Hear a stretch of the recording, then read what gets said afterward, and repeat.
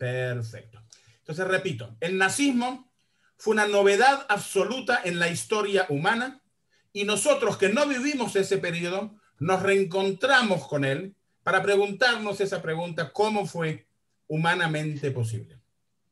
Desde la subida de Hitler al poder ya en enero de 1933, el Partido Nacional Socialista se impuso de manera imperativa y populista, teniendo una influencia destructiva y totalitaria en todos los marcos de la sociedad alemana, compuesta en ese momento por 65 millones de alemanes.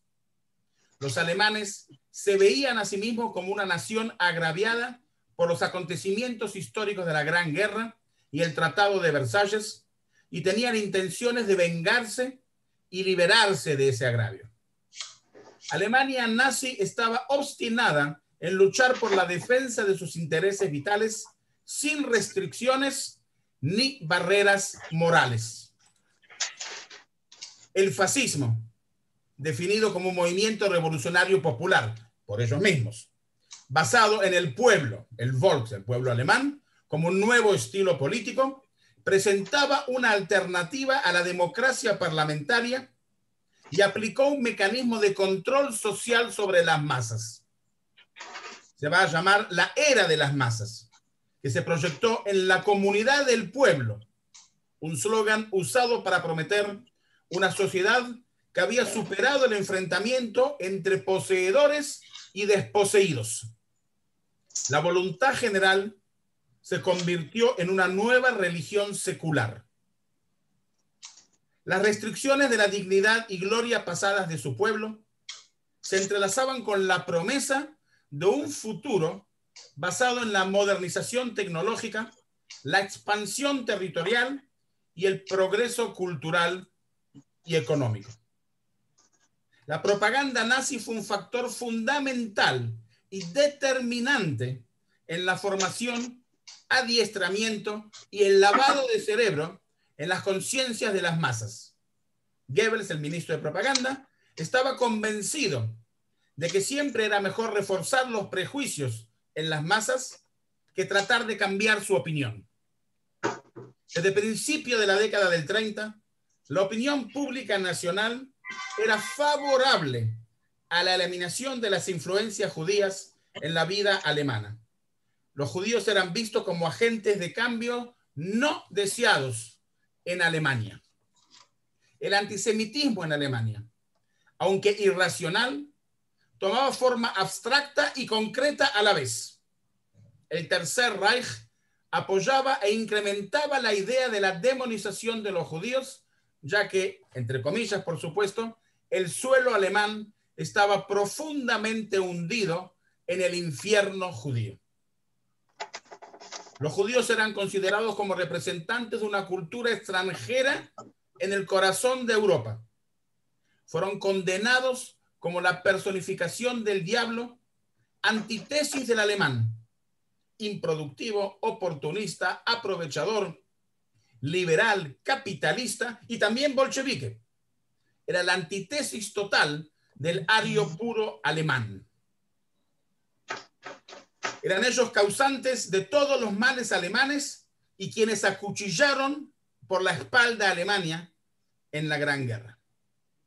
Como consecuencia, que enseguida vamos a volver para atrás, como dije, y no fue el primer paso, el 15 de septiembre de 1935 se proclaman las infames leyes de Nuremberg. Los judíos quedaron desamparados, apátridas, perdieron sus puestos de trabajo en el servicio público alemán. Es dudoso de que la mayoría de los alemanes compartieran el obsesivo antisemitismo de sus dirigentes, pero hay pocas dudas de que aceptaron la persecución de los judíos sin gran preocupación, tomándolo como parte integrante de un sistema del que se beneficiaban.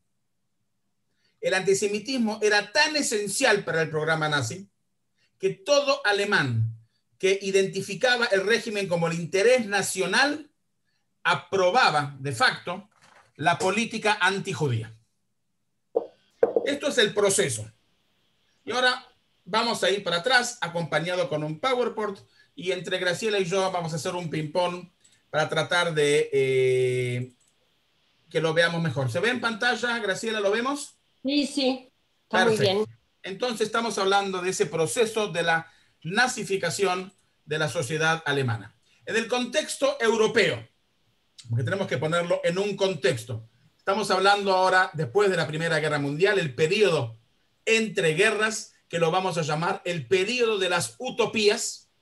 O sea, la guerra ya pasó, es algo que no va a volver, aprendimos, y por eso se llama la era de las utopías. Estamos hablando de una Europa democrática y liberal, donde surge la Unión Soviética, el ascenso de los fascismos y los totalitarismos. Recordemos que el primer fascismo fue Italia y no Alemania.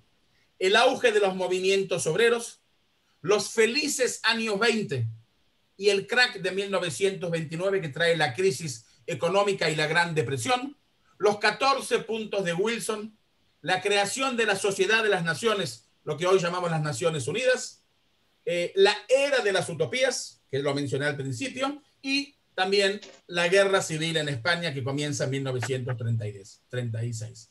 Es la época de la sociedad de las masas, donde tenemos una creciente participación en la política, la aparición de la sociedad de consumo, el concepto del ocio y el entretenimiento, el cine, la radio, espectáculos masivos, cabaret, y principalmente la emancipación de la mujer con acceso al trabajo y a la política.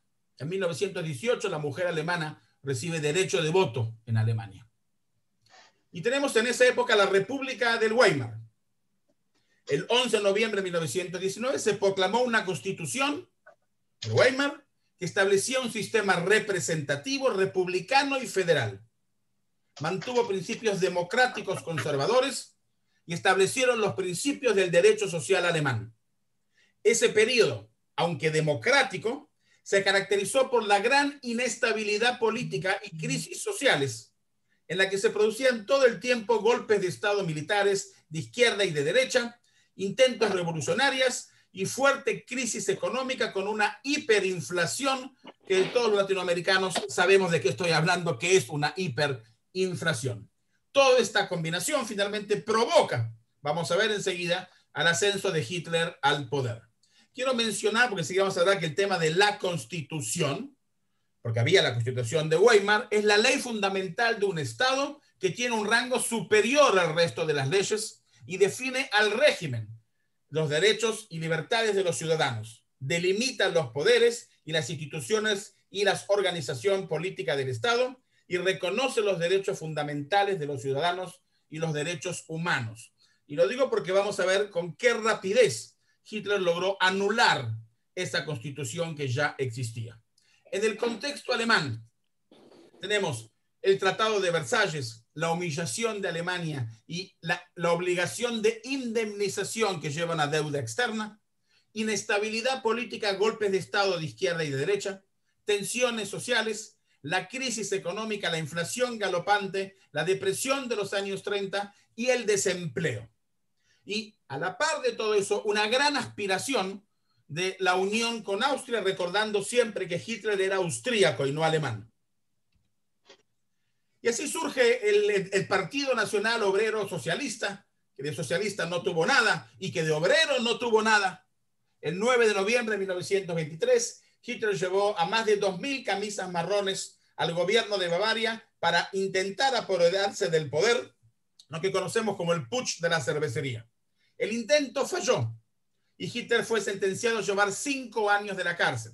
En la prisión, él escribe el famoso libro Mein Kampf, Mi lucha. En aquel libro desarrolló sus planes para el futuro de Alemania. De los 5 años estuvo 1 año, y el que lo sacó de la cárcel es un abogado, Hans Frank, que después va a ser denominado, cuando comienza la guerra, gobernador general de Polonia, y va a estar sentado en Cracovia. Aquí tenemos la famosa foto del putsch de la cervecería, con los principales actores en ese escenario, en ese momento, y escribe en ese momento Mi lucha. Y quiero aclarar para aquel que lo leyó, que dicho sea de paso, hace 2 años, habiendo terminado 70 años, tiene derecho nuevamente de publicarse y hoy está desgraciadamente a la venta oficialmente en toda Latinoamérica. Antes también lo estaba, pero no oficial. Y en el que lee Mein Kampf va a entender que la aspiración de Hitler era Alemania sin judíos. En el último capítulo va más allá y habla de Europa sin judíos. Y jamás en Mein Kampf se habló de exterminio del pueblo judío, sino se habla de Alemania sin judíos. Y yo siempre lo digo, y podemos discutirlo si quieren cuando sea la última parte, que podamos hacer un tipo de intercambio de ideas, de que Alemania fue la primera víctima del nazismo, que todo fue legal, pero no legítimo.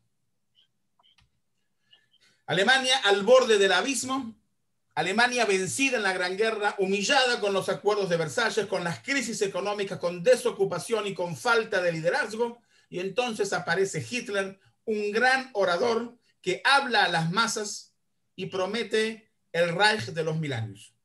Hay una cosa que quiero aclarar. El tema del antisemitismo estaba en el partido, pero para los ideólogos. Rosenberg, que era el ideólogo del partido, y la gente de la élite del partido. No era la carta de presentación del partido nazi. No se presentaban como un partido antisemita.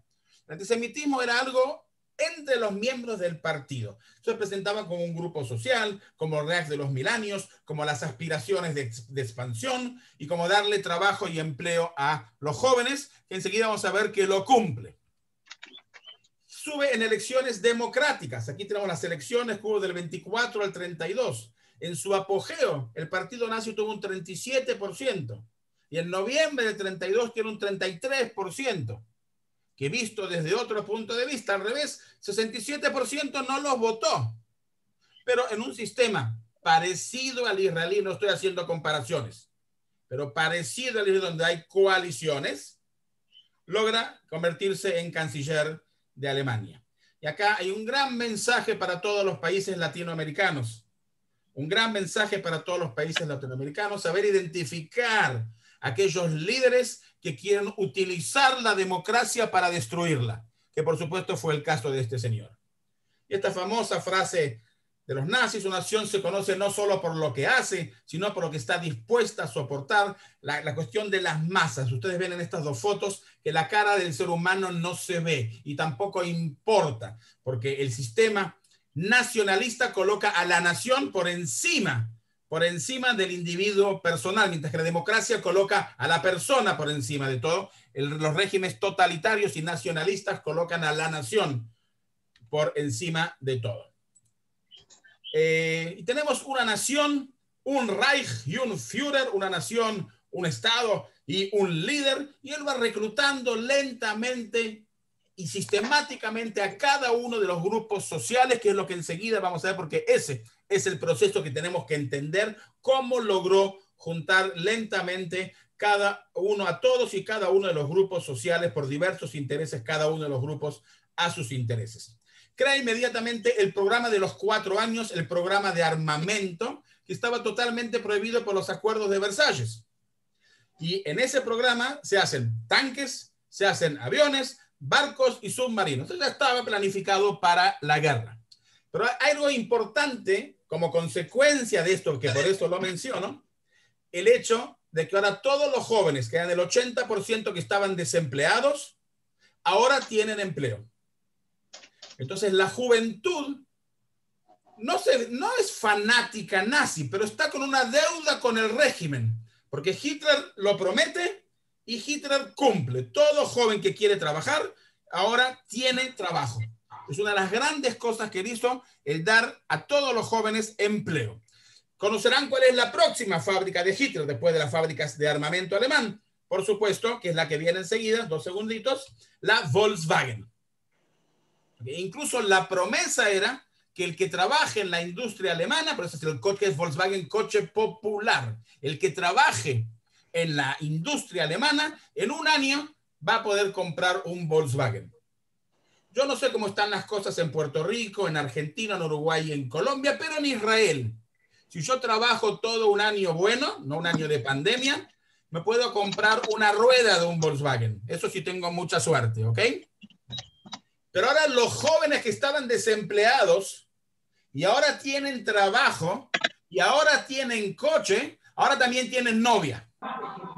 Entonces, todo eso generó una simpatía de toda la juventud, y la juventud es el primer paso, se va nazificando justamente por esta promesa cumplida de Hitler de dar trabajo a todos los jóvenes. Y aquí vemos estas fotos que son impresionantes de cómo una sociedad completa se nazifica de todos los aspectos y todas las edades.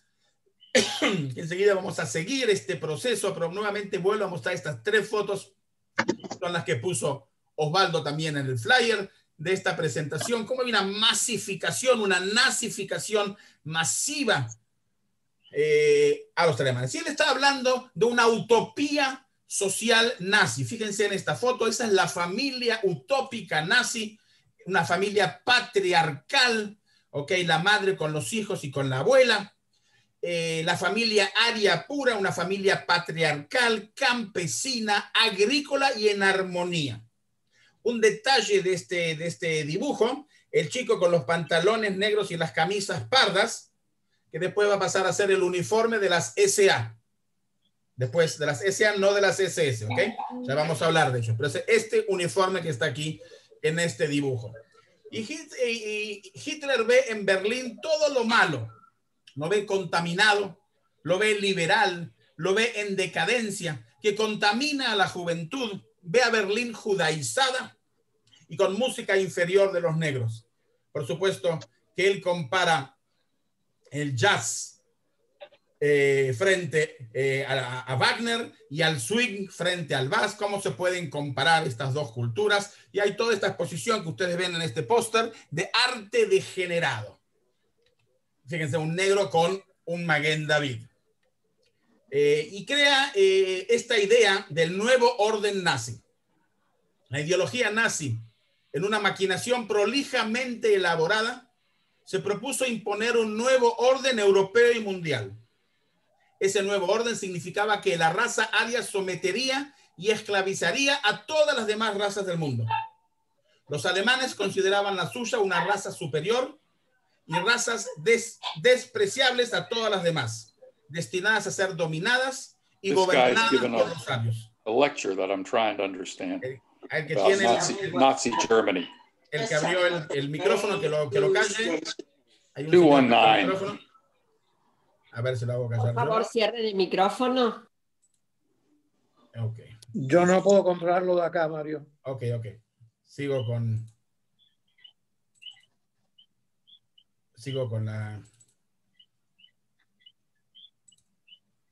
la presentación. El objetivo final era la ocupación de toda Europa por los alemanes para transformarla en el gran imperio germánico. Un momento que hay 2 personas que todavía quieren entrar, ahí los estoy admitiendo. Ok, segundito, seguimos adelante. Entonces, repito, para mí, desde mi punto de vista, Alemania fue la primera víctima del nazismo. Está esta frase de un libro que enseguida Graciela va a citar, Sebastian Hafner, Diario de un alemán: golpear para no pertenecer a los golpeados. Y así van cayendo. Este es el proceso histórico de cómo caen todas las barreras éticas y las alarmas morales que sonaron, pero los alemanes no las supieron interpretar. El año básico es 1933, donde hay terror de Estado, propaganda ideológica y leyes antidemocráticas. La primera advertencia fue el incendio del Parlamento el 27 de febrero de 1933. Los nazis están 2 meses en el gobierno. La segunda advertencia es Dachau, el primer campo de concentración, que se crea el 22 de marzo de 1933. Quiero aclarar que no hubo ningún judío en Dachau. Era para disidentes políticos. Ahora me corrijo. Hubo judíos, pero no en condición de judíos, sino disidentes políticos, o sea, comunistas o socialistas. La tercera advertencia, que acá está ligado con nosotros, el boicot contra los negocios judíos, el 1 de abril. No se compra y no se vende a los judíos. Recuerden que el 50% más o menos de los judíos alemanes eran comerciantes. La cuarta advertencia, la quema de libros vergonzante en las universidades alemanas el 10 de mayo de 1933. Y la quinta advertencia fue la noche de los cuchillos largos, entre el 30 de junio y el 2 de julio, el asesinato de la SA por los SS, la propia, dentro del mismo partido, la eliminación de la oposición política dentro del partido y en lo que a mí respecta, lo que fue definitivo fue la operación eutanasia, la eugenesia, el asesinato de los discapacitados físicos y mentales. Desde mi punto de vista, la Shoah ocurrió porque Alemania permitió, toleró, fue cómplice de la operación eutanasia. Si no hubiesen permitido, si no hubiese ocurrido, puede ser que no haya ocurrido la Shoah. Entonces, la primera cita que va a hacer Graciela, Francisco Martín Moreno, En media hora de la muerte, un libro excelente que lo aconsejo. Escuchen bien las palabras. Graciela. Micrófono. Ahora sí. Hitler odia a los intelectuales por no poder controlar sus argumentos.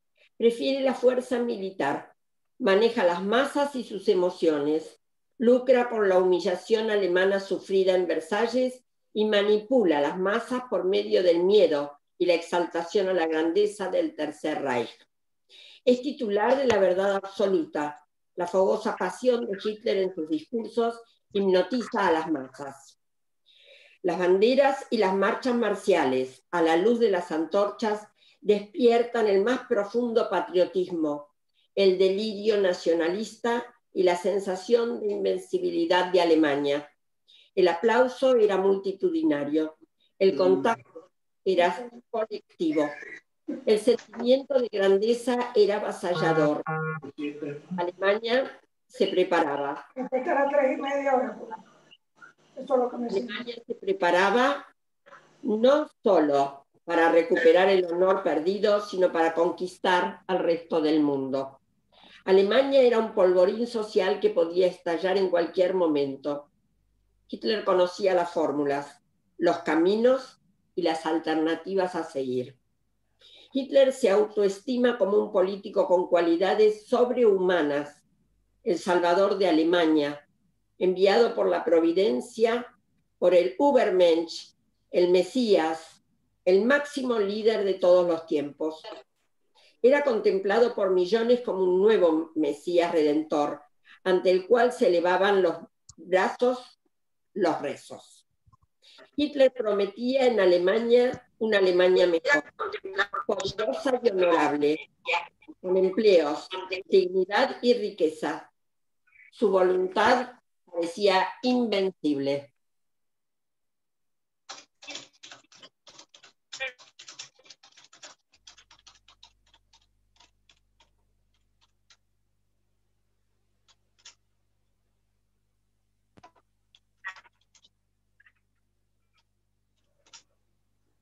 Quien está identificado como iPad tiene que cerrar.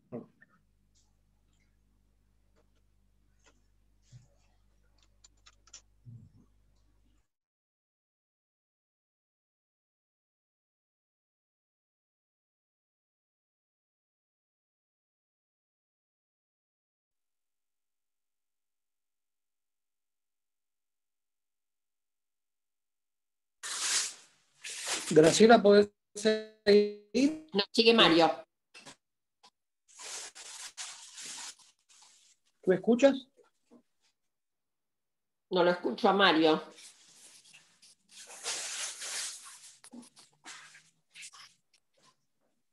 No Mario, me desmuteé, no me desmuteé, me función de disculpo. compartir pantallas. Ok. Ahora. Entonces, Okay. no sé si me escucharon, repito, la película que hizo una de las muchas, El triunfo de la voluntad, hecha por Goebbels y la cineasta Leni, la famosa Leni Riefenstahl de la cineasta nazi. Se ve un avión que baja del cielo, las nubes, se abren las nubes y aparece Hitler en el avión. ¿Cuál es el mensaje? El Redentor, el Mesías, el enviado del cielo, nuestro Padre protector. Bueno, la primera advertencia, entonces ya la dije, el incendio del Parlamento 27 de febrero. Pero ¿qué ocurre? Se anula la Constitución y se decretan leyes de emergencia y terror represivo. Ya lo dije, es importante detectar el peligro de quienes quieren usar la democracia para destruirla. Eso es un gran mensaje para Latinoamérica. Hitler culpó a los comunistas, declaró el estado de emergencia y ordenó la detención y encarcelamiento de los miembros de la oposición de todo el país. El incendio supuso el incendio de la institucionalización de las ideas nacionales socialistas. Hitler anuló importantes derechos fundamentales, como la libertad de opinión, de prensa, de asociación y de reunión. Se suspendió la garantía de la inviolabilidad del domicilio y se autorizó a la policía a prohibir las reuniones. Hitler cambió la Constitución, por lo que se le concede poder absoluto, y desde aquí podemos hablar del comienzo del Tercer Reich. Vamos a citar a Sebastián Haffner, pero antes de que ella lo haga, dos palabras. Sebastián Haffner, este libro está en español y es una joyita, está excelentemente traducido. Sebastián Haffner era un periodista alemán que se exilió a Londres y lo escribe desde los ojos de un alemán exiliado en Londres. Graciela. Dice Sebastián Haffner: hacía falta un sentido de institución para observar que en Alemania los tontos y los malvados iban aumentando y tornándose en una amenaza. La motivación general siguió siendo el miedo, golpear para no pertenecer al grupo de los golpeados. El mundo de los alemanes iba desapareciendo, se hacía invisible día a día de forma evidente y en medio de un silencio absoluto. Después fueron disueltos los partidos de todos los espectros políticos, primero los de izquierda y luego los de derecha. Perfecto. O sea, fíjense cómo lo escriben ellos mismos. Le sigue ahora Wendy Lauer, hablando sobre las mujeres, las arpías de Hitler. Muy interesante. Escuchen bien las palabras. Graciela. Alemania era una dictadura basada en un partido único y se convirtió en una nación racialmente exclusiva. Los derechos civiles quedaron suspendidos en febrero de 1933 y comenzó la era de terror arbitrario. Aprovechando cualquier fisura legislativa, disolvieron los sindicatos. Cualquiera podía ser denunciado por saboteador, marginado, vagabundo, ladrón, prostituta. El nazismo era una alternativa emancipadora que priorizaba la disciplina y la conformidad. Unas 8.000 mujeres comunistas, socialistas, pacifistas o asociables se encontraron perseguidas. Mina Kamens, diputada de los socialdemócratas en el Parlamento de Breslau, fue detenida y asesinada por la Gestapo por distribuir panfletos antinazis. Y antes de seguir, Mario, permitíme recordar a Sophie Scholl y su hermano Hans repartiendo panfletos, película que muchos de nosotros seguramente vimos, recordando la valentía de esos jóvenes. Sí, más adelante la vamos a mencionar. Más adelante la vamos a mencionar y vamos a volver a ella. Entonces, el 22 de marzo, están 3 meses en el gobierno, se crea el primer campo de concentración, Dachau, en las afueras de Múnich. Y no estaba oculto.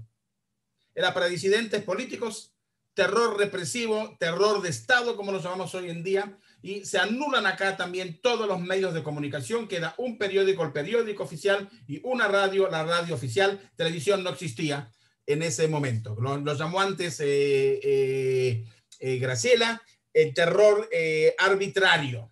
¿Okay? Y recuerden que no había judíos, y si había judíos, no en condición de judíos, sino en condición de disidentes políticos. La primera vez que van a llegar judíos a Dachau, en condición de judíos, es después del pogromo de la Noche de los Cristales Rotos, en 1938. ¿Alguien más quiere entrar? Por supuesto, tenemos que escuchar ahora a Stefan Zweig. Es imposible que no lo mencionemos en su libro El mundo de ayer, Memorias de un europeo. Graciela. Micrófono. Sí. Luego se produjo el incendio del Reichstag. El Parlamento desapareció. De un golpe se aplastaron todos los derechos en Alemania.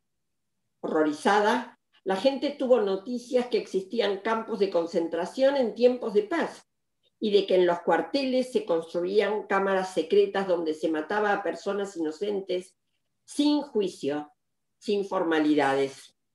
Aquello solo podía ser el estallido de una primera furia insensata, se decía la gente. Algo así no podía durar en pleno siglo XX, pero era solo el comienzo. Qué pena que haya sido solo el comienzo. Unos segunditos. En este libro, que es hermosísimo y que lo recomiendo y que está en el continente, que está muy bien traducido al español, de Crescent Taylor, Paradero Desconocido, escuchen el tono de las cositas. Paradero Desconocido, además, se dio acá en el teatro, Mario, mucho tiempo. Excelente el libro y la obra. Paradero Desconocido. Lo más inquietante resultó la desaparición de un número de personas inofensivas que formaban parte de la vida diaria. El locutor de radio desapareció en un campo de concentración. Los actores y actrices se fumaron de la noche a la mañana. La famosa actriz Carola Neher se convirtió de repente en una traidora expatriada. El cadáver destrozado del adorado actor Hans Otto fue encontrado en el patio de un cuartel de las SS. Se dijo que tras ser detenido se había precipitado por la ventana de un cuarto piso, en un momento de descuido. El humorista gráfico más conocido en Berlín se suicidó. Otros simplemente dejaron de estar presentes sin que se supiera si habían muerto, si estaban detenidos o si habían emigrado. Habían desaparecido. Uno de los grandes problemas que tuvo Alemania, que lo podemos comprender y después si quieren lo podemos también discutir al final en el debate final, es el hecho de que gran parte de los intelectuales a la vista de Dachau escogen el camino del exilio. Entonces Alemania también se quedó sin gran parte de aquellos que podían haber sido opositores, porque ante la presencia de Dachau y la amenaza de Dachau deciden exiliarse. Y vamos un poquito al tema del antisemitismo. Primero, creo que la mejor definición es la definición de Primo Levi, como él entiende el antisemitismo nazi. Los judíos, cito, en la percepción nazi, son los culpables de todo, del capitalismo americano y del bolchevismo soviético, de la derrota de 1918, de la inflación de 1923, del liberalismo, la democracia, el socialismo y el comunismo. Todos son inventos satánicos judíos que amenazan la solidez monolítica del Estado nazi. Y llega entonces el boicot alemán el 1 de abril de 1933. Fíjense la pancarta. Ayuda a liberar a Alemania del capital judío. No compren en las tiendas judíos. Tomen en cuenta que el 50% de los judíos eran comerciantes, el 50% de los judíos se quedan sin fuente de ingresos 3 meses, 4 meses después que los nazis están en el gobierno. Aquí tenemos algunas fotos famosas que todos conocerán. Y la quema de los libros, que ya lo dijo ese filósofo de origen judío, pero converso, Henry Heine, 100 años antes de la Shoah. Allí donde se queman libros, se terminarán quemando hombres. Si lo dijo 100 años antes, ¿a qué evento se refería? A la Inquisición española. Allí donde se queman libros, se terminarán quemando seres humanos. Pero lo vergonzante que fue en las universidades y que los propios estudiantes universitarios fueron quienes quemaron los libros. Digo porque de los estudiantes esperamos más. Ya Graciela mencionó y vamos a volver a ella, a Sophie Scholl, que va a rescatar el honor de los estudiantes alemanes, pero vergonzoso que haya ocurrido en una universidad. Se quemaron 20.000 volúmenes de libros de autores judíos, Freud, Kafka, Stefan Zweig, Karl Marx, junto a autores no judíos, Thomas Mann, Eric Castaner y Remarqué. Los libros escritos por judíos fueron declarados como no alemanes e inmorales, y los autores no judíos que quemaron, puesto que reflejaba para los nazis el espíritu judío decadente que había conquistado el mundo de la cultura alemana. El próximo paso es la famosa purga de los cuchillos largos, en julio del 34, que fue en realidad el aniquilamiento físico de la oposición, para que una persona que quiere entrar, el aniquilamiento físico de la oposición política e intelectual para apoderarse de las estructuras políticas del Estado. De, entre otras cosas, se lo acusó a esta persona, Rom, que era el comandante de la SA, de ser homosexual, que lo era, pero eso no es motivo para matarlo, y sencillamente se habían reunido los 340 dirigentes de la SA, y vienen las jóvenes de las SS y los acuchillan, los matan, con conocimiento de Hitler, Y el argumento era que estaban programando un golpe de Estado contra Hitler, lo cual por supuesto no era verdad. Y de esa manera se apoderan de las estructuras políticas y las SS pasan a ser, con Himmler a la cabeza, quien va en realidad a dirigir toda la parte política en Alemania. Y sobre esto escribe Poliakov, el famoso historiador, en este libro, Brevario del Odio. Graciela.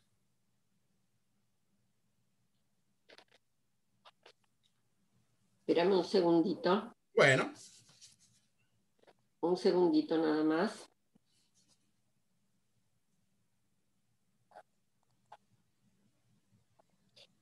El Führer sometió las legiones de las SS a un concienzudo adiestramiento, forjando en esos hombres un carácter duro, cruel y violento, extirpando toda piedad del corazón y acallando su conciencia. Y precisamente la última frase, y acallando su conciencia, ¿ok? Y acallando su conciencia. Seguimos adelante.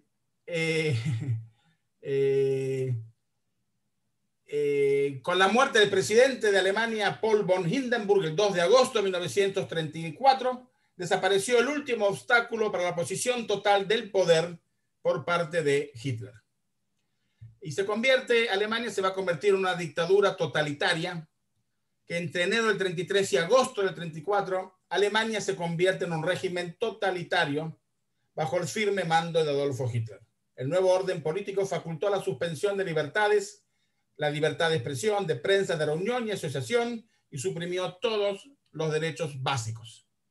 15 de septiembre de 1935, las famosas leyes de Nuremberg, que en realidad siempre cuando nos enseñaron este tema, cuando lo aprendimos, hablamos de este famoso póster que dictaminaba quién era judío. La dictaminación es quien tiene por lo menos un octavo judío, o sea, quien tiene por lo menos un abuelo judío. Ya era considerado Mischling, o sea, mezclado, medio judío, un cuarto judío o judío completo. En lo que a mí respecta, eso no es lo importante, que también incluía que no se podían casar judíos con arios, que no podían trabajar judíos en la casa de arios, etcétera, etcétera, etcétera. Pero lo importante desde mi punto de vista fue la ley de la ciudadanía del Reich, que implicaba que los judíos se despiertan el 15 de septiembre de 1935 y de repente son apátridas. No tienen nacionalidad, perdieron nacionalidad.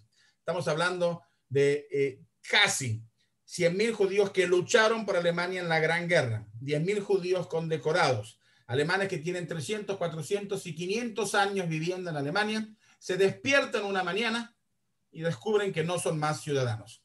La segunda ley consecuente fue la del servicio público. ¿Quiénes pueden trabajar en el servicio público? Los ciudadanos. Entonces un 40%, el 50% eran comerciantes. El 1 de abril perdieron su puesto de su fuente de ingreso. Y a los profesionales, periodistas, escritores, abogados, médicos, ingenieros, arquitectos, periodistas, todos los profesionales, un 40% son expulsados del servicio público. Ahora quiero poner el contacto y voy a dar el ejemplo del hospital de Berlín.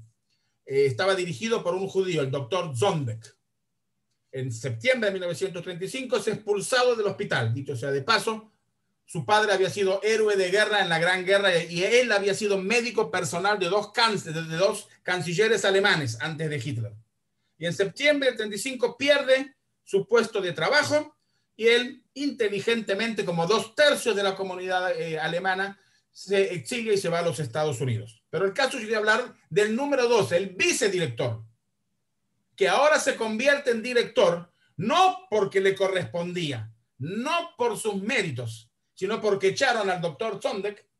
También él ahora está en deuda con el régimen. Y así decenas de miles de alemanes profesionales que ascienden profesionalmente por el hecho de haber echado a los judíos, cada uno de alguna u otra manera está obligado con el régimen. Y la próxima fase, que es la última en este proceso, es la arianización de las empresas judías, digámoslo en un término que lo conocemos en Latinoamérica, la nacionalización de las empresas judías, que fueron revendidas a alemanes por precios ridículos, pero todos y cada uno de ellos ahora están en deuda con el régimen. O sea, cada uno tenía otro motivo para estar en deuda y llega lo que para mí es lo definitivo, el tema de la pureza racial, operación eutanasia. Aquí a la izquierda pueden ver la carta firmada por Hitler. Es muy raro, es la única carta en relación a genocidio que existe firmada por Hitler. Él no firmaba las cartas, no lo necesitaba, suficiente con su palabra, que para mí representa la total inversión absoluta de los valores, la ruptura de todos los cánones éticos y humanos. Se dictaminan vidas indignas de ser vividas. Yo pregunto, ¿qué es una vida indigna de ser vivida? ¿Y quién dictamina qué es una vida indigna de ser vivida? Se esterilizaron forzosamente a 200.000 hombres y mujeres, y hay asesinatos de los discapacitados físicos y mentales. Enseguida vamos a ver los números. 70.000 niños alemanes, arios, fueron asesinados. Sobre este tema yo aconsejo la película del español, la película Amén, de Garbas, que verdaderamente es una película que lo presenta de una manera increíble. Y ustedes miren, por ejemplo, ¿no?, los principios de la medicina nazi. Yo antes de leerlo quiero decir de que siempre rezo para que alguien no me lo crea y me pida la fuente, porque esto es de la Universidad de Medicina de Berlín de 1935. La medicina tiene que defender a los alemanes con herencia genética saludable. El médico debe procurar el cuidado de la persona sana. Qué raro, porque a mí me enseñaron que el médico tiene que ocuparse de los enfermos. No todas las personas son de interés para la medicina de los sanos, sino solo el alemán ario, y el médico está obligado a cuidar de su salud. El enfermo y la enfermedad no es el objetivo de la medicina. Entonces, ¿cuál es? Si no es este el objetivo. La medicina no debe curar al enfermo inferior. La curación de estos enfermos es una acción antihumana. No hay lugar en el mundo para consumidores innecesarios e improductivos. ¿Quién será un consumidor innecesario e improductivo? Yo a mis 60 años. Y por ello no hay que privarlos de la muerte. El papel de los médicos es seleccionar a los débiles y enfermos destinados a morir. El objetivo de la investigación es servir a la política nazi y su visión de mundo, y el aniquilamiento, y se utiliza la palabra aniquilamiento, es parte del tratamiento médico. Y sacan, como dije, Hitler fue un legalista. En lo que a los judíos se refieren, y ustedes lo pueden ver acá en pantalla en el dibujo de la derecha, los judíos son un microbio que tenemos que exterminar. Eso yo lo entiendo. Pero fíjense cómo se presentan a los alemanes discapacitados físicos y mentales, que el alemán sano tiene que mantenerlos sobre sus hombros. Y están los libros de enseñanza de la escuela primaria. Por ejemplo, un ejercicio matemático. Si mantener una familia alemana cuesta 10.000 marcos y mantener un hospital alemán cuesta 150.000 marcos, ¿cuántas familias alemanas podríamos mantener en vez de tener un centro psiquiátrico? Mantener un centro psiquiátrico. Y se crean leyes, la ley de la profilaxis con descendencia de enfermedades hereditarias, para la prevención de la descendencia de enfermedades congénitas, el decreto para censar a los niños con retraso mental y deformación física, el permiso para destruir vidas indignas de ser vividas, y la ley de la defensa de la salud, la genética del pueblo alemán. Ven que es un proceso 33, 35, 36, 37. Hitler siguió el ejemplo de los espartacos. Segundos. Esos seres plagados de deformaciones dejaron de sufrir y de generar gastos inútiles al Reich, evitando toda eventual reproducción. Acá tenemos los números de las víctimas hasta el 24 de agosto de 1941. ¿Ok? Acá están los números exactos. Fíjense que no son aproximadamente, sino los números que cada uno de estos asesinatos, había 2 médicos que tenían que firmar. Y recordemos que el que hizo este genocidio, estos asesinatos, eran gente capacitada, eran médicos, eran enfermeras. ¿Ok? Fíjense ustedes, 70.273 niños fueron asesinados. Los nazis consideraban genéticamente enfermos a esquizofrénicos, epilépticos, maniáticos depresivos, ciegos o con sordera genética, alcohólicos crónicos, dementes seniles, paralíticos, sifilíticos y a todos aquellos con síntomas de retraso mental y deformación física. Y el método de asesinato fue la asfixia con gas anhídrido de carbónico como método para matar. Y el equipo que va a actuar en la operación T4 de eutanasia es el mismo equipo que después va a pasar a los campos de concentración que se van sofisticando en el sistema de matar con las cámaras de gas. Y sobre esto, verdaderamente el mejor libro que salió, porque no hay uno mejor que este libro, solamente del nombre, y yo ya me siento mal, ¿ok? Los que sobraban, de Götz Ali. Götz Ali es un alemán, también que se exilió a Londres, y que su sobrina fue asesinada en el programa de eutanasia. Está hace muchos años, pero en inglés. Yo desgraciadamente no leo literatura inglés, y cuando salió en español me lo compré y verdaderamente me impactó por todo lo que está escrito y por la documentación, y si alguien se interesa en el tema, es lo mejor que se escribió, y sobre ello va a citar Graciela. Los que sobraban. Y miremos esa tapa, ¿no? Basados en la utopía biopolítica nazi de una sociedad formada por individuos eficientes, vitalistas y sanos, se organizó en la calle Tiergarten 4 de Berlín desde el 18 de agosto de 1939 hasta el 24 de agosto de 1941 el primer asesinato en masa del gobierno nacional socialista conocido como Acción T4. Entre 1939 y 1945 fueron asesinados más de 200.000 seres humanos e indefensos, entre ellos más de 70.000 niños. Sus vidas fueron calificadas de indignas de ser vividas. Se empleaban eufemismos como redención, interrupción de la vida, muerte de gracia, muerte asistida. Las víctimas de la eutanasia en Alemania fueron una carga para muchos. Murieron en forma violenta y en el más absoluto olvido. Los perpetradores fueron científicos, médicos, enfermeras, cuidadores y sus cómplices miembros de la justicia, la policía y la administración de salud, el departamento de transportes y trabajo. Los alemanes, en su gran mayoría, aceptaron los crímenes, callaron el vacío social, se mantuvieron en ese silencio, lo permitieron, por vergüenza social propia y ajena, por incomodidad o por conveniencia. Se habían roto todos los cánones éticos y morales. Fue el momento en que la sociedad alemana perdió toda apariencia de respetabilidad. Los asesinatos de la Acción T4 enseñaron al régimen nazi que el exterminio podía realizarse dentro de Alemania. Y de esta manera, aceptando los alemanes el asesinato de estos miembros de su propia comunidad, los dirigentes políticos confiaron en que podrían cometer crímenes todavía peores sin que cayese sobre ellos protestas significativas. Las víctimas fueron muchas, los perpetradores condenados pocos. Los asesinos continuaron, los asesinatos continuaron hasta la caída del imperio de la muerte.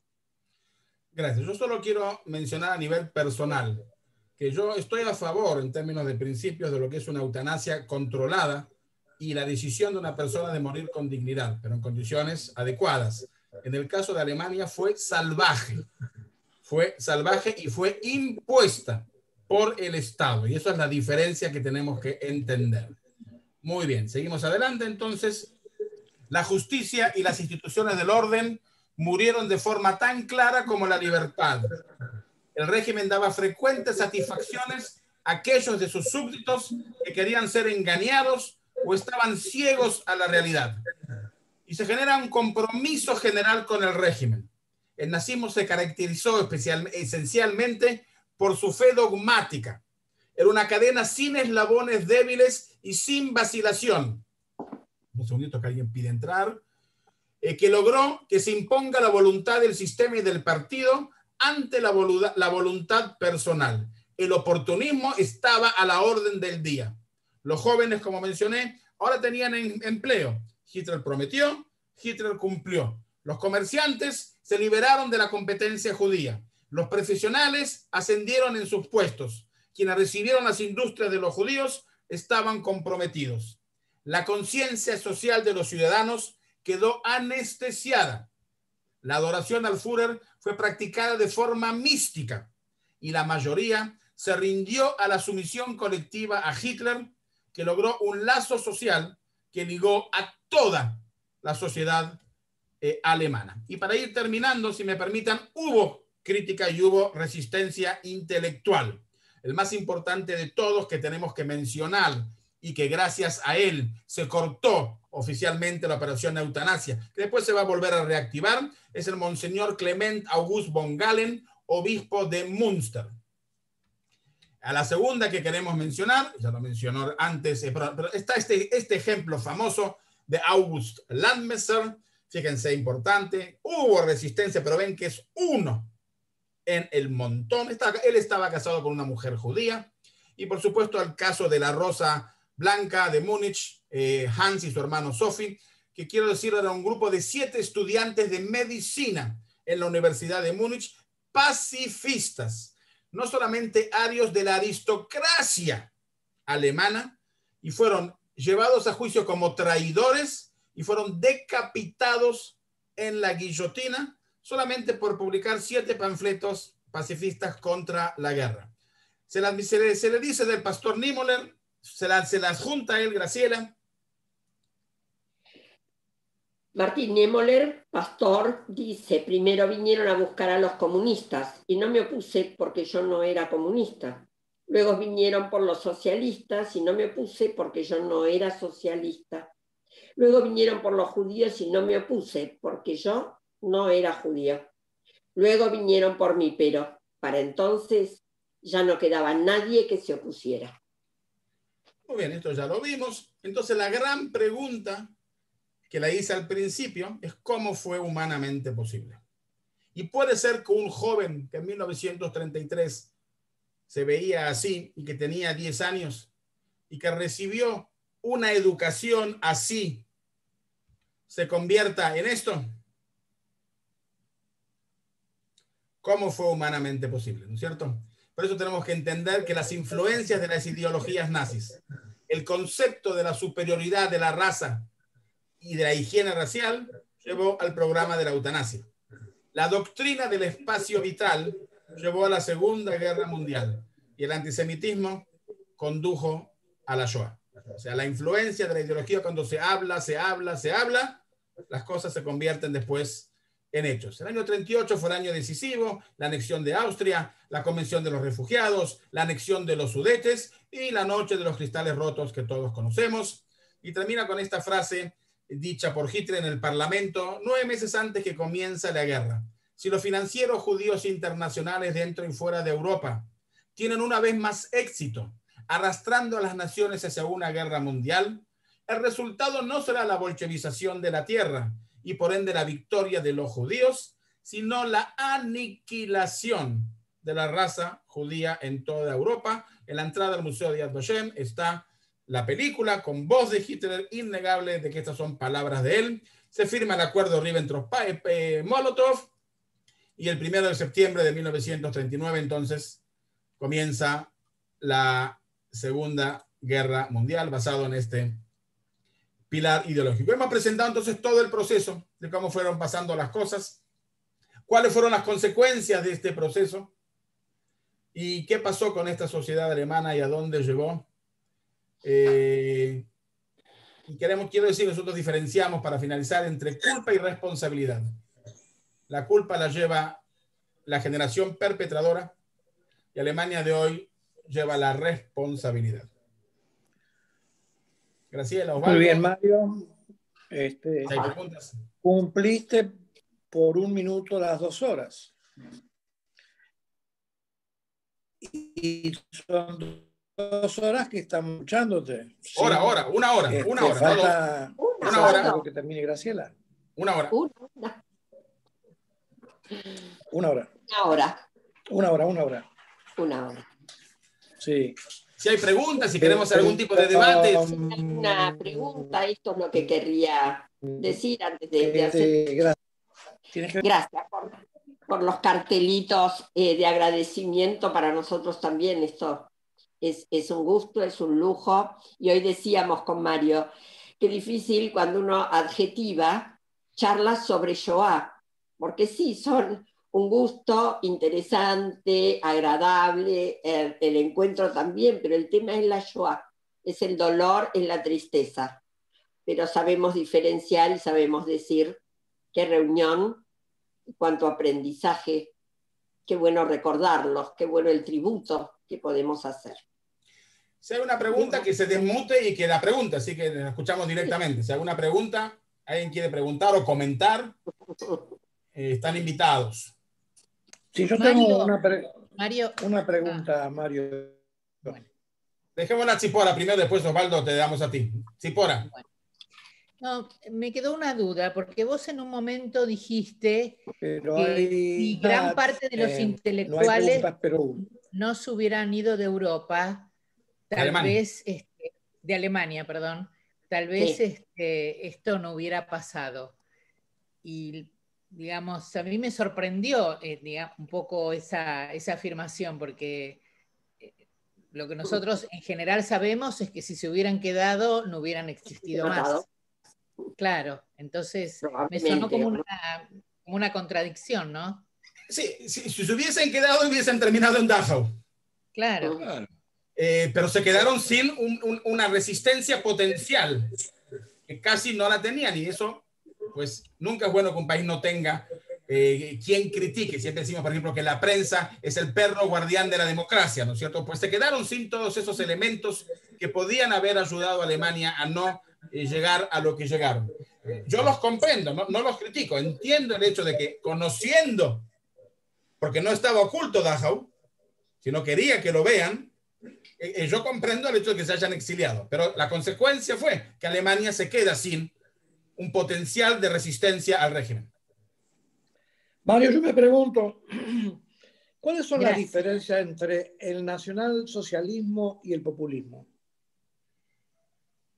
Bueno, no necesariamente tendrían que haber sido populistas los nacionalsocialistas, pero sí lo fueron. El populismo es tratar de estar bien con todos, con métodos populares.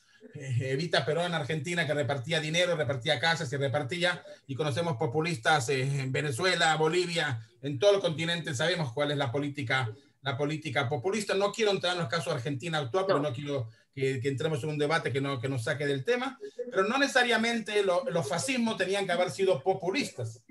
Y sin embargo utilizaron mucho del populismo para comprar a la sociedad. Justamente el tema del populismo era para que la sociedad estén encadenados con el régimen y estén en deuda con el régimen. Tiene muchas similitudes, ¿verdad? Sí. Pues... Una pregunta, intervención, ¿alguien más?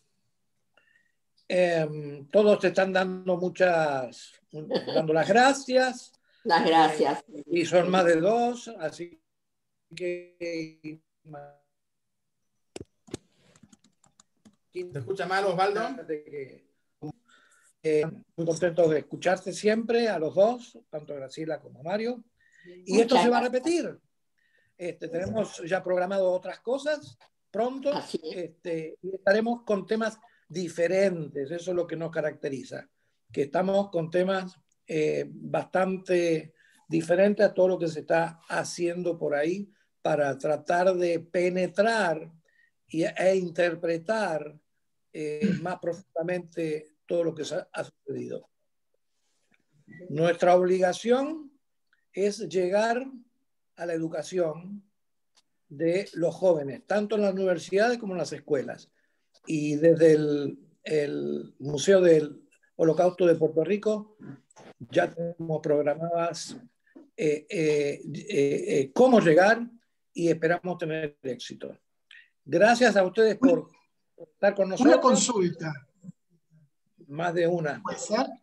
Sí, claro. Sí, Luciano, dale, habla. Y ponete que te veamos. Dale, hola. No, me escuchan bien. Quería hacer una consulta en relación a lo que está sucediendo hoy, ¿no? En Estados Unidos, Europa. Justamente hoy a la tarde participaba de un curso que es de Naciones Unidas y que realmente están preocupados por el resurgimiento del antisemitismo en las escuelas. Están bajando unos documentos interesantes para trabajar tanto en secundaria, en primaria, como en universidades.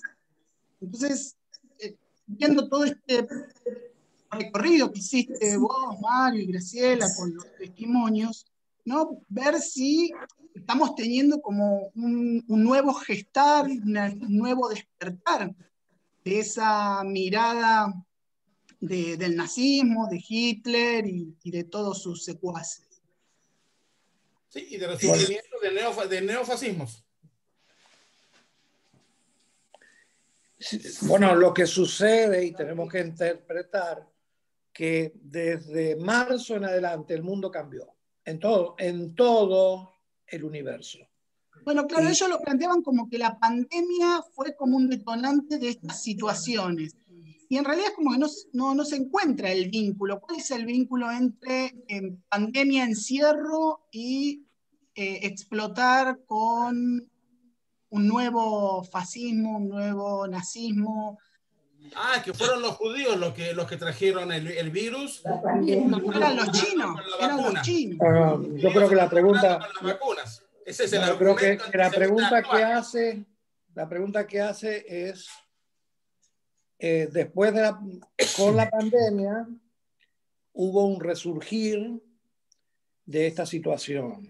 Yo creo, humildemente, que lo que nos trajo la pandemia fue tiempo. Tiempo en nuestras casas, que la gente estuvo pensando en ocupar el tiempo en lo que absorbían por la iPad o por la computadora.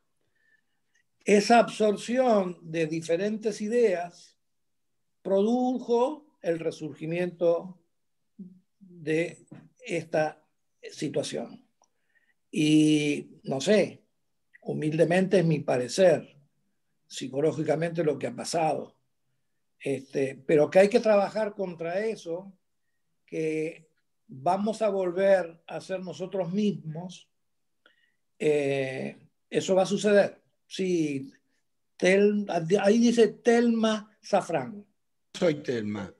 Yo Okay. soy Osvaldo, saludo a mi amigo Mario. Osvaldo. Perfecto. Y quiero también expresarme humildemente, a pesar que tenemos amigos en común con Osvaldo Kratzmann, él no lo sabe. Lo que pasa con la pandemia en el mundo, que ha producido problemas económicos muy serios en las clases media y baja. Y cuando hay problemas económicos, es un buen caldo de cultivo para que aparezca el antisemitismo, que siempre está oculto, pero lamentablemente está. No sé si coincidís, Mario, y si la gente coincide conmigo. 100%. 100%. Por supuesto que 110%.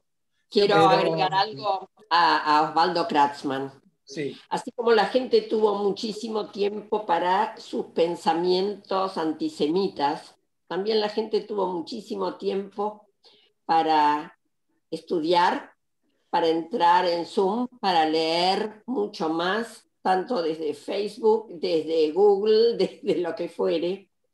Y yo creo que situaciones determinadas fueron las que se dieron como para provocar este antisemitismo que mencionaba Luciano en un principio y que seguiste vos, Osvaldo, siguió Osvaldo Belsky también.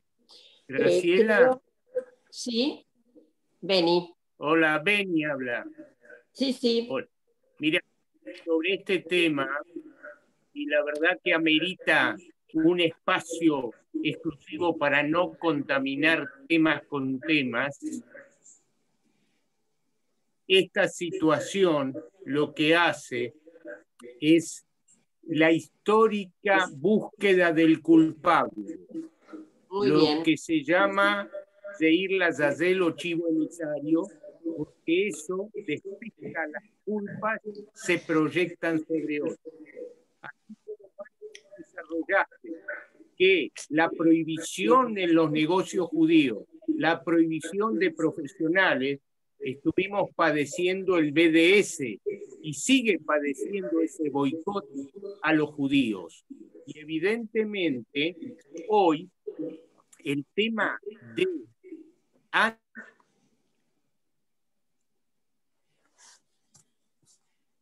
Se cortó. Quedaste frisado, Beni. No, incluso me parece que se borró sin que lo quiso. Ah. Pero yo estoy de acuerdo en todo lo que dijo, ¿eh? Estoy 100% en todo lo que dijo. Yo quiero agregar, si alguno de ustedes pudiera decir, ¿hay algún país en el mundo que no tenga algo de antisemitismo? Yo veo que todos, bueno, no todos, casi todos, están señalando con la cabeza que, o afirmando que los hay, ¿no? Que hay antisemitismo en todo el mundo. Pero, Kratzman, hoy es el viejo antisemitismo bajo la cara del antisionismo, porque hoy el peligro y el riesgo es el Estado de Israel. Y al decir de los sabios, quiero terminar, no quiero extenderme mucho, lo importante es la anticipación, porque después ya es tarde.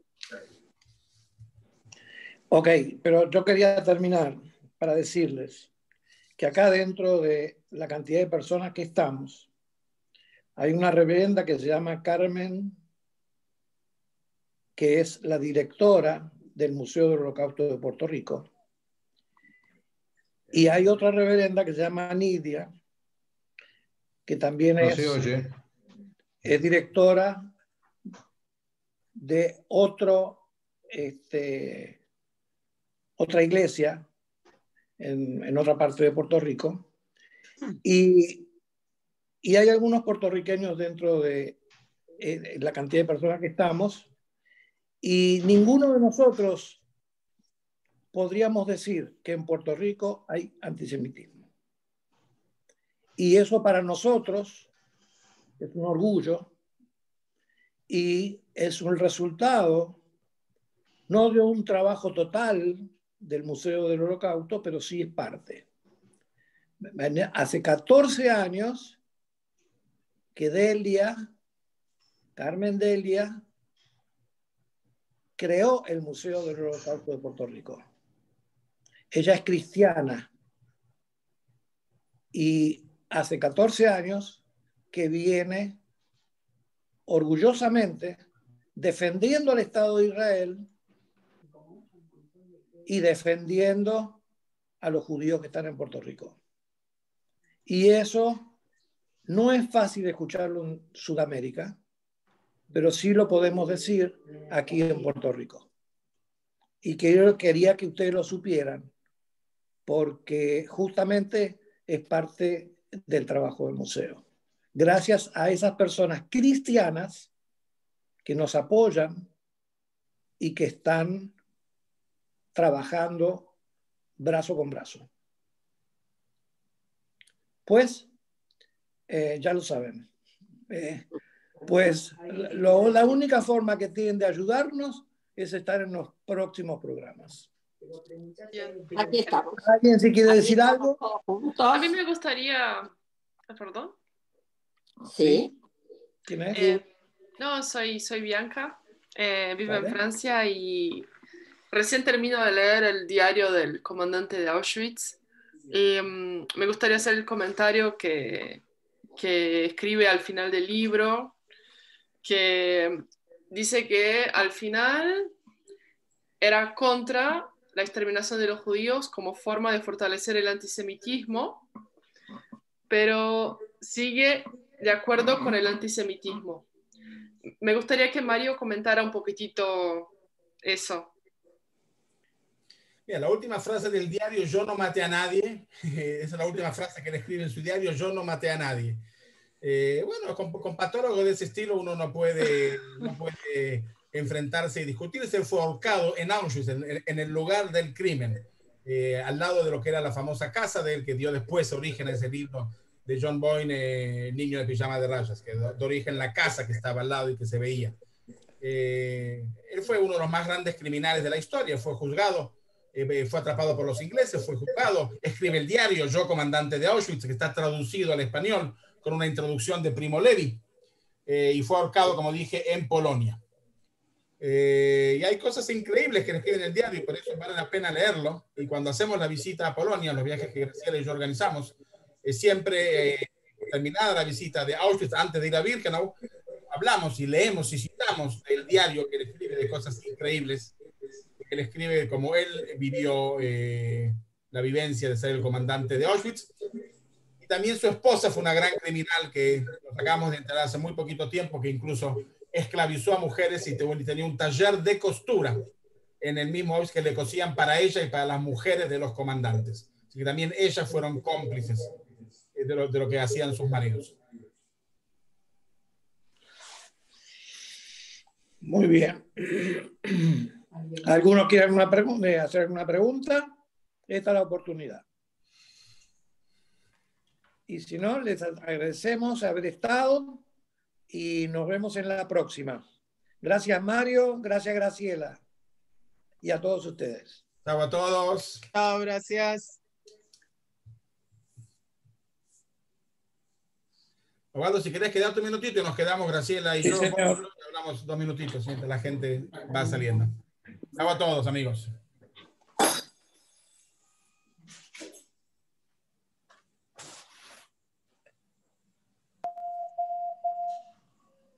Saludos a todos. Dios me los bendiga. Carmen. Gracias, Carmen. Saludos. Qué bueno verles y escuchar una disertación tan importante, con ese matiz, esa forma cronológica de llevarnos, porque no hay duda que el Holocausto tiene un eje cronológico que es una herramienta poderosa para nosotros poderlo llevar al pie de la letra. Dios les bendiga a todos. Buenas noches. Saludos a Graciela y a Mario y a don Osvaldo y a todos los demás. Marcelo, te puedes quedar. Le agradezco a los demás que están. No se quieren ir. A Sofía. Es que falta el café. Claro, nos falta un cafecito. Claro. Pero, bueno. Vos sabés que yo me quedé en la oficina, porque en la oficina tengo 200 días y en mi casa estaba preocupado de que me quede sin señal. Así que los problemas que hubo no fueron por mí esta vez. No, por favor. Claro, yo creo que pasó bien. Ahora, que es interesante el tema del antisemitismo en Latinoamérica, que creo que deberíamos preparar alguna reunioncita de esa para abrir un poquitito los ojos a unos cuantos. De México para abajo, Estados Unidos aparte, ¿no? El antisemitismo americano es otro tema. Pero de México para abajo creo que hay muchas similitudes y como hemos hablado, como dijo Graciela, todo, la gente tuvo mucho tiempo para pensar, los temas económicos, todo, y vemos que hay un resurgir bastante amplio del tema del antisemitismo. Así que deberíamos, no sé, considerar en hacer alguna reunioncita para más adelante, no tiene que ser la semana próxima, porque ya creo que hasta fin de año estamos un poquito ya cargados, pero a partir de enero, febrero podríamos despacito buscando así material como para armar algo. Vamos a poder. De cada país, a ver cómo estamos cada uno en cada país con el antisemitismo. Bueno, sí, Mario, ¿querés que hablemos ahora? No, yo quería decir 2 cositas. Primero, te voy a mandar el material con los textos que leyó también Graciela. Sí. Creo que salió muy lindo ese ping-pong entre vos y yo, Graciela. Sí. En el ping-pong estuvo bueno. Sí. Te voy a mandar todos los materiales para que los tengas. Te quería decir que si algún día va a salir ese curso que queremos hacer para capacitar a futuro gente de Puerto Rico, este es uno de los temas, pero es con otro nivel y con otra profundidad. Esto para gente, un público general, ¿ok? Si algún día sale ese curso de capacitación que queremos hacer, esta clase se da a otro nivel donde vamos analizando cada uno de los puntos y dónde están los puntos educativos, pedagógicos y didácticos de cómo enseñar y dónde poner el punto a través de cada una de estas cosas. En la comisión directiva, ¿cómo? En la comisión directiva hay una inquietud de algunas personas que quieren hacer un curso para capacitarse a sí mismo. Es correcto. ¿Qué nos recomendarías? Nosotros tenemos, que en una oportunidad Yad Vashem nos mandó los cursos que mandaba Yad Vashem, que creo que están divididos en 10 cursos distintos o algo aproximado. ¿Vos crees que esos son la forma correcta o sugerís otra cosa? No, primero yo pienso que cada vez que te den un cupo, aprovecharlos. Pero ¿cuántos cupos te van a dar? ¿Te van a dar uno por año? ¿Te van a dar dos por año? No, los tenemos grabados completos. No, los tienen grabados. La lección 1, lección 2. Este año no, pero además, Mario, este año no va a haber ningún curso. Se va a dar porque sí, lo sé, es que ayer me llamaron para comentarme, se va a dar un tipo de curso que van a ser charlas en realidad, y que la gente se va a inscribir. No es que se va a hacer un curso para la gente que se inscriba, no.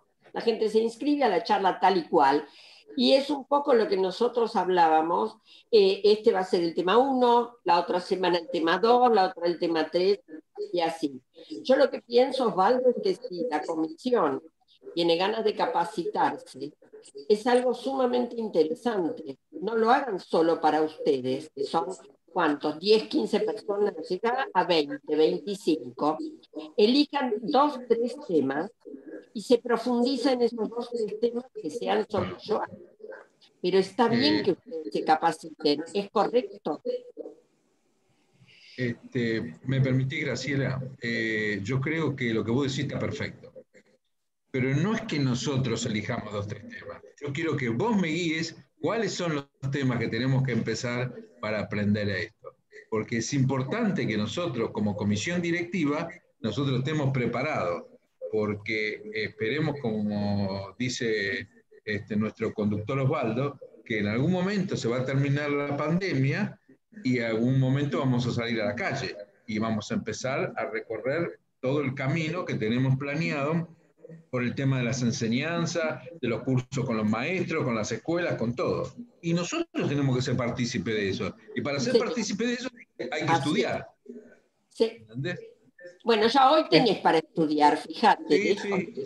Sí, algunas películas que podemos incluso redondear y que tengas unas más.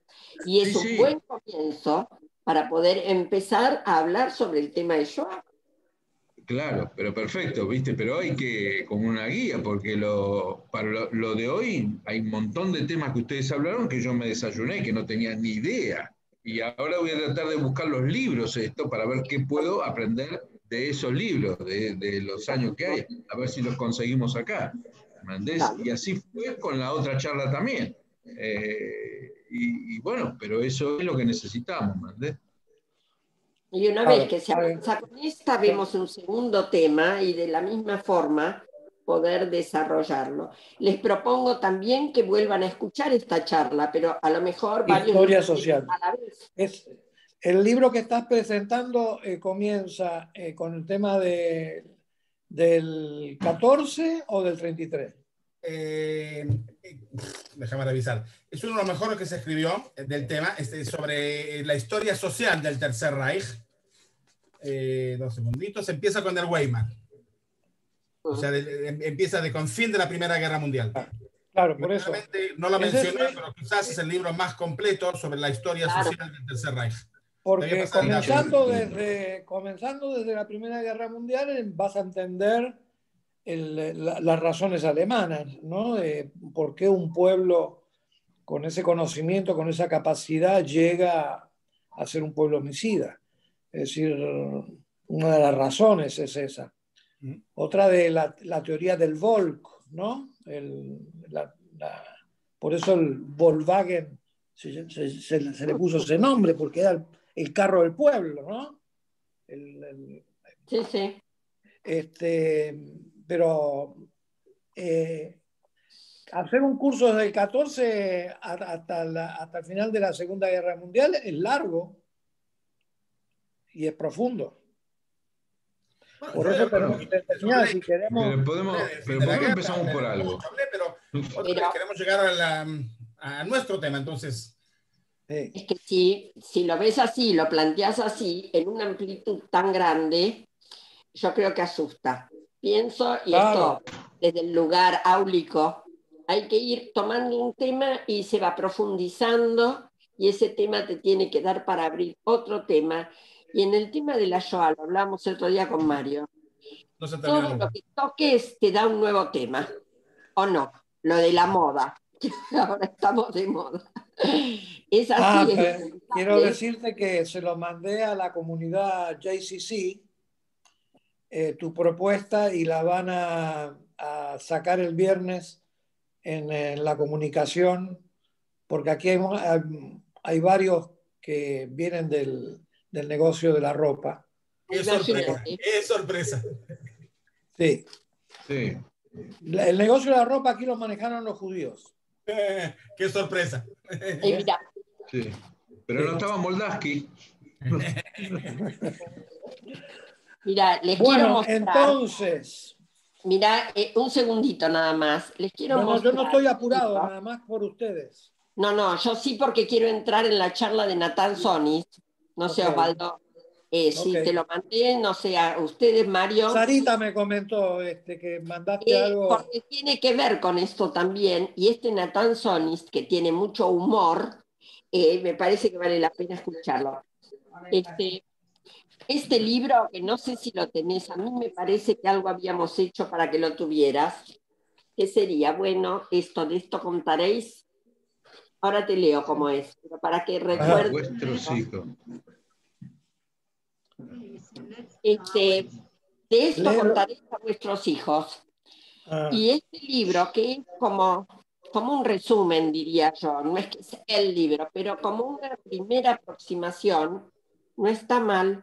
Esto lo sacó lo que era la ITF, ¿se acuerdan que ahora es la Alianza? Y esto lo sacaron en el primer encuentro de ellos, si no me equivoco, en Finlandia. Pero me parece que sería interesante también para los que están hoy en la comisión y son como nuevos en el tema. Me parece que hay cosas que van a ayudarlo a que uno no se achique, al contrario, que uno se meta en el tema. Ok, yo es decir, un poco quería sacar de mi pensamiento esto, ¿no? Yo creo que la gente necesita saber que el antisemitismo, hay lugares en el mundo donde no hay antisemitismo. Está muy bien. Y yo creo que es un aviso de esperanza, un aviso de trabajo, un aviso de que se puede llegar, que podemos trabajar para eso, que en definitiva lo estamos haciendo, ¿no? Sí, pero te quiero agregar algo.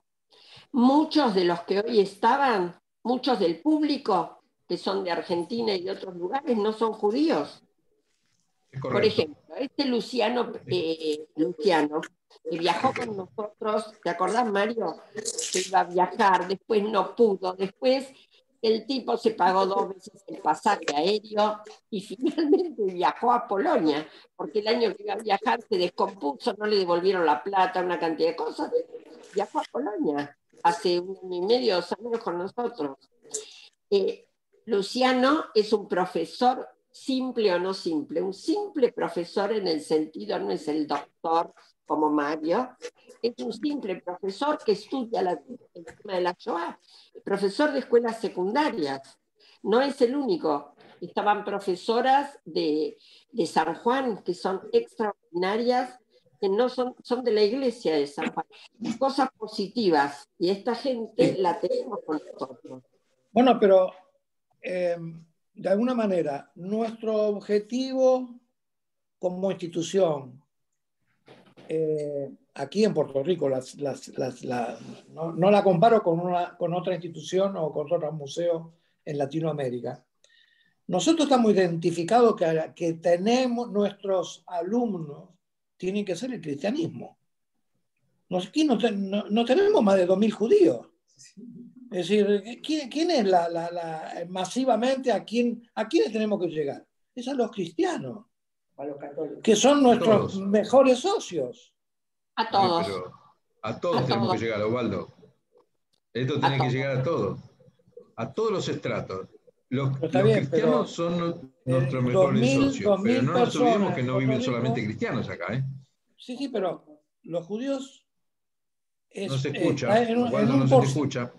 Sí, yo tengo todo abierto acá. Pero la cantidad de judíos que hay en Puerto Rico, vos sabés, no participan. Por las eso comunidades no tienen participación. Claro, pero hay que llegar. Por eso no es, ¿no es cierto? Los invitamos. Los invitamos, te puedo asegurar. Inclusive, fíjate vos que Marcelo de la comisión del museo le pedimos que sea la persona que tenga contacto con las 3 instituciones que hay acá, judías. Y le hemos avisado y están en comunicación. Hacemos todo lo máximo que debemos hacer. Pero no están, no vienen. No participan, pero nada, no solamente en esto. ¿La escuchás a Sarita? Sí. Y yo sé que es así.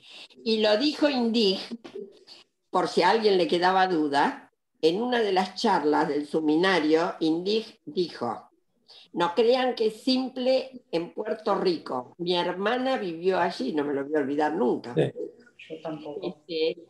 Y la verdad que estuvo divino. El Osvaldo que habló hoy es amigo de Indig. Bueno, en síntesis, ¿te gustó la actividad, Osvaldo? Muy bien. Yo creo que estamos sumando y tenemos que... Sale gangoso todo. A ver, pero no soy yo. Bueno. Espera un momentito. Nosotros lo escuchamos perfecto, así que el problema es tuyo porque yo te escucho, a Osvaldo te escucho perfectamente. Está bien. Bueno, entonces,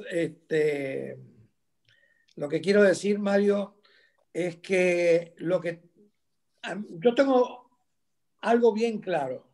La gente lo que quiere escuchar es algo distinto. Sí, totalmente. La gente quiere penetrar dentro del problema. No quiere la superficie. No quiere lo que todos saben. Y yo creo que a donde tenemos que apuntar y cada vez más, a la realidad de la relación judeo-cristiana. Perfecto. Punto. Esos son, digamos, los títulos. ¿Qué camino hacemos para llegar a eso? Bueno, está bien, puede haber varios.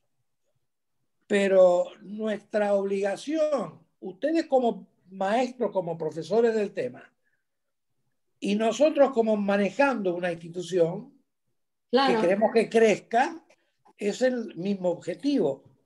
Donde tenemos que llegar es hacer resaltar el movimiento judío-cristiano, que es lo que nos va a tener en un mundo mucho más pacífico.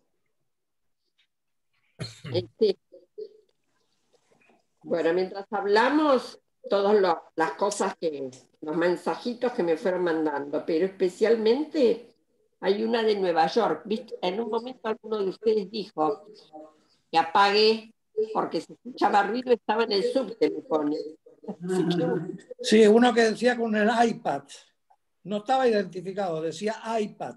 Bueno, esa Patricia. Pati, bueno. ¿La conocen? Bueno. ¿Ustedes saben quién es? Yo sí.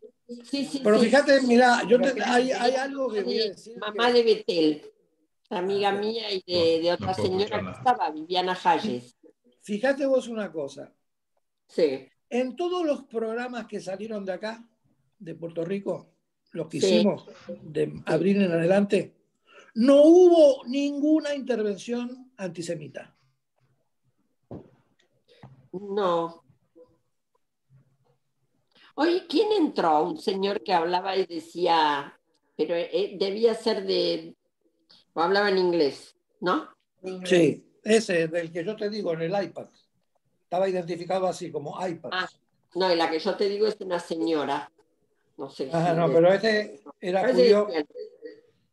Bueno, gente, nos comunicamos en estos días. Pero un gusto, estuvo lindo, estuvo bueno.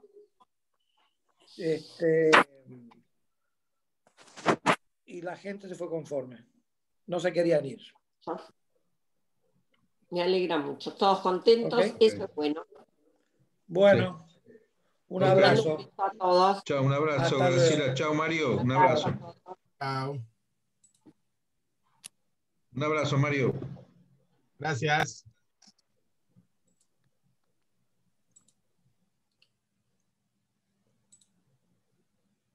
Mierda.